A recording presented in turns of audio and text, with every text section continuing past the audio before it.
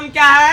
जन जन का चेहरा एक। जन जन का चेहरा मतलब कि जितने भी इस धरती पे मनुष्य है वो सभी का चेहरा एक है, अलग अलग नहीं। तो ये गोरे, ये काले, ये पीले, ये लाल, ये गुलाबी, इसकी बात नहीं होना चाहिए। ये लाल पीयर हरियर सब कुछ भी नहीं कीजिए, क्योंकि हमारा चैप्टर का नाम है जन जन का चेहरा एक। तो हम भी एक, तुम भी एक, चाहे काले हो या गोरे हो, इससे कोई फर्क नहीं पड़ता। रंग मायने नहीं रखता है, क्या मायने रखता है? रूप। इसीलिए पहले चैप्टर में हम आपको पढ़ा दिए थे करवक में, जिसका लेखक मलिक मोहम्मद वह कहे थे रूप का पूजा मत करो, कौन सी का पूजा करो? गुण का पूजा करो। खूब करते हो गुण का पूजा तुम लोग, रास्ते पे निकलते ही एक नंबर मतलब कहता है ना एक नंबर था, तो ये कैसे? तो फिर तुम रूप का पूजा नहीं, वहाँ पे तो उसका गुण पता नहीं। हो सकता है वो पढ़ने में बोकस हो, 10वां फेल हो, लेकिन तैयो कह रहा एक नंबर है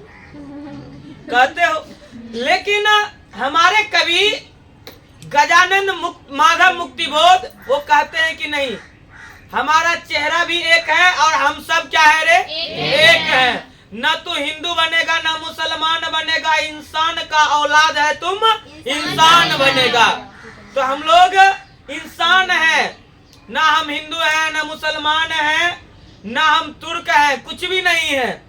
ये तो हम नीचे में ना धरती पे आए तो हमें जातियों में बांट दिया गया। भगवान ने किसी को ये कह के नहीं भेजा कि तुम हिंदू हो तुम मुसलमान हो।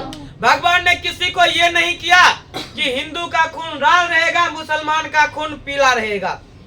ये नीचे में हम लोगों ने, हमारे जैसे तुच्छ मनुष्य ने जातियां बनाई, धर्म बनाई, और हम लोगों को एक धर्म और एक जाति में क्या किए? बांट दिए।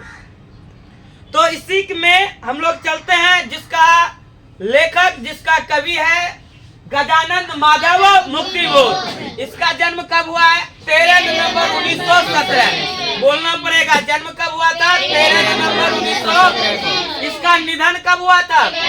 11 सितंबर 1954। बहुत ही कम दिनों में देहावसान हो गया बेचारा, बहुत ही कम दिनों में। इसका जन्म स्थान कहाँ है? श्योपुर। कहाँ है रे? श्योपुर, ग्वालियर, मध्य प्रदेश। बोलो तो, श्योपुर, ग्वालियर, मध्य प्रदेश। फिर से बोलिएगा, बताओ चैप्टर का नाम क्या है? लेखक का नाम, कवि का नाम? जन्म कब हुआ है? 13 नवंबर 1917। निधन कब हुआ? 11 सितंबर 1964। जन्म स्थान कहाँ है? श्योपुर, ग्वालियर, मध्य प्रदेश।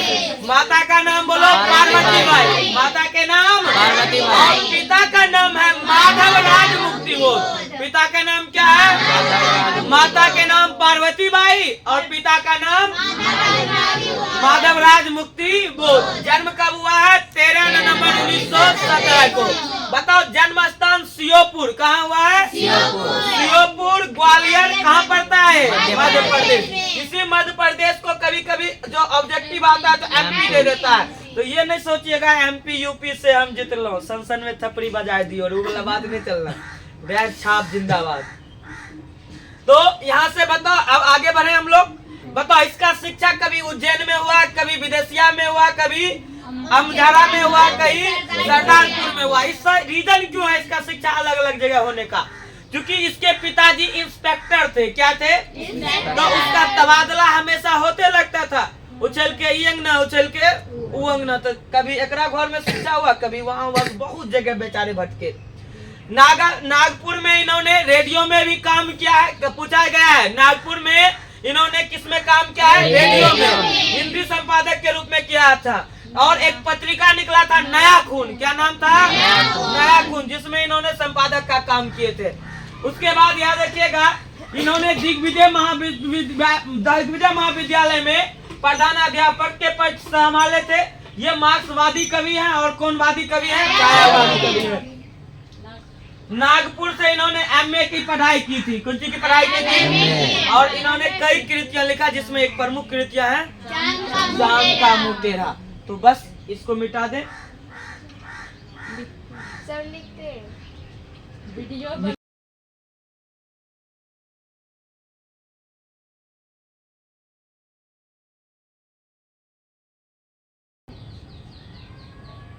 चलिए, जन जन का चेहरा एक शीर्षक कविता किसकी रचना है? गजानन माधव मुक्तिबोध। ऑप्शन बोलो बी। नेक्स्ट क्वेश्चन है आपका, गजानन माधव मुक्तिबोध का जन्म कहाँ हुआ था? मध्य प्रदेश श्योपुर में। गलत है, यहाँ छत्तीसगढ़ नहीं होके मध्य प्रदेश श्योपुर होना चाहिए। चलिए, नेक्स्ट क्वेश्चन है आपका, मुक्तिबोध ने किस विश्वविद्यालय से एमए किया है? नागपुर विश्वविद्यालय से। किस विश्वविद्यालय से? नागपुर विश्वविद्यालय से किए थे। मुक्तिबोध ने नागपुर से निकलने वाले किस पत्रिका का संपादन किया? मायापुर। ऑप्शन बोलो सी। ऑप्शन क्या हो जाएगा? सी। नेक्स्ट क्वेश्चन, मुक्तिबोध ने दिग्विजय महाविद्यालय में कब प्रधानाध्यापक बने थे? ऑप्शन बोलो।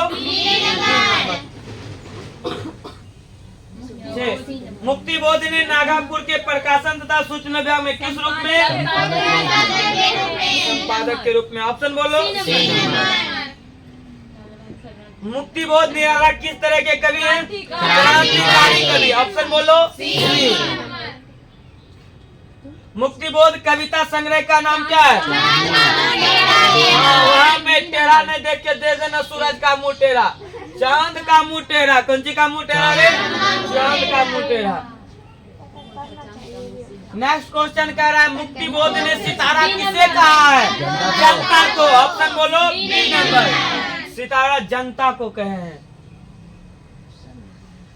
मुक्तिबोध के अनुसार ज्वाला नहीं ज्वाला होना चाहिए, ग्वाला नहीं ज्वाला। ग्वाला कहाँ से उठता है? जनता से उठता है। और ये जनता कहती है कि आजादी हमारा जन्मसिद्ध अधिकार है और हम इसे लड़के लेंगे, चाहे मरेंगे चाहे कटेंगे, लेकिन हम लड़के लेंगे। कई बार तुम शायरी कहते हो, पुकारता है वतन तुम्हें पुकारती है माँ भारती, खून से तिलक करेंगे गोलियों से आरती। ये सब मतलब क्रांतिकारी भाषण हुआ। तो ये जो हमारे गजानन माधव मुक्तिबोध है वो क्रांतिकारी मतलब कवि थे। वो एकदम क्रांति के तरह मतलब विचार रखते थे। एकदम लगते थे कि नहीं युवा में छाएंगे, पकड़ बनाते थे। जैसे अभी हमारे उस समय पे हमारे देश में कहते थे, अब भारत के हर कण कण में करंदन होगा। अब भारत के हर कण कण में करंदन होगा। जिस दिन उठा लिए हथियार उस दिन यमराज को धरती पे अभिनंदन होगा। तो उस समय पे कहते थे तो आदमी में जोश आ जाता था। अब लगता है कि आजादी मिल जाएगा। कहते थे भारत के कोने कोने से ये आवाज आया है, उठो नौजवानों इनकलाब आया है। तो लगता था कि अब जोश आ रहा है जनता में। तो ये बहुत ज्यादा क्रांतिकारी मतलब कविता भी लिखे और बहुत बड़े बड़े कविता ये लिखे, बहुत बड़े बड़े कविता। आज अभी पढ़ रहे थे आप, जन जन का चेहरा कितना पेज के थे? 2 पेज के थे। नेक्स्ट क्वेश्चन पढ़िए तो, अज्ञे द्वारा संपादित 4 सप्तक के एक कवि के रूप में कौन सामने आए? मुक्तिबोध। कौन आए रे? जब अज्ञे का पूरा नाम क्या है? सच्चिदानंद हीरानंद बापन अज्ञे, वो लिखे थे। और वो जो है उसी के द्वारा 4 सप्तक, फिर द्वितीय 4 सप्तक लिखे थे, तृतीय 4 सप्तक उनके कवि के रूप में ये भी जाने जाते हैं। उसको अति में मुक्तिबोध, गजानन माधव मुक्तिबोध। नेक्स्ट क्वेश्चन है आपका, कौन सी कृति मुक्तिबोध की नहीं है? बिखरे मोती। इसका लेखक कौन है? इसका लेखक सुभद्रा कुमारी चौहान। चलिए, कौन सी कृति यहाँ पे होना चाहिए? कौन सी कृति मुक्तिबोध की नहीं है? तो याद रखिएगा इतिहास और संस्कृति।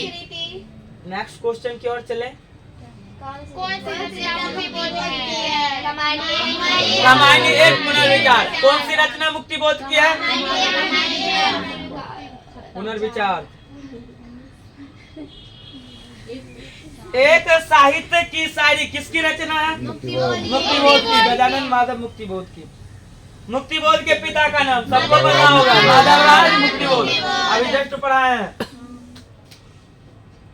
कौन सी रचना मुक्तिबोध की है? चलो, चांद का मुंह टेढ़ा। कौन सी रचना मुक्तिबोध? वही क्वेश्चन, सेम क्वेश्चन रिपीट हो गया। कौन सी रचना मुक्तिबोध की नहीं है?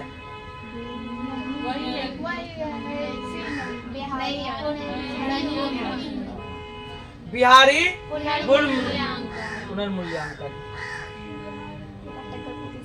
मुक्तिबोध किस सप्तक के कवि हैं? तार सप्तक। हाँ अभी पढ़ लें। गजानन माधव मुक्तिबोध का जन्म कब हुआ था? 13 नवंबर 1917। नेक्स्ट क्वेश्चन देखिए। मुक्तिबोध के माँ का नाम? पार्वती बाई।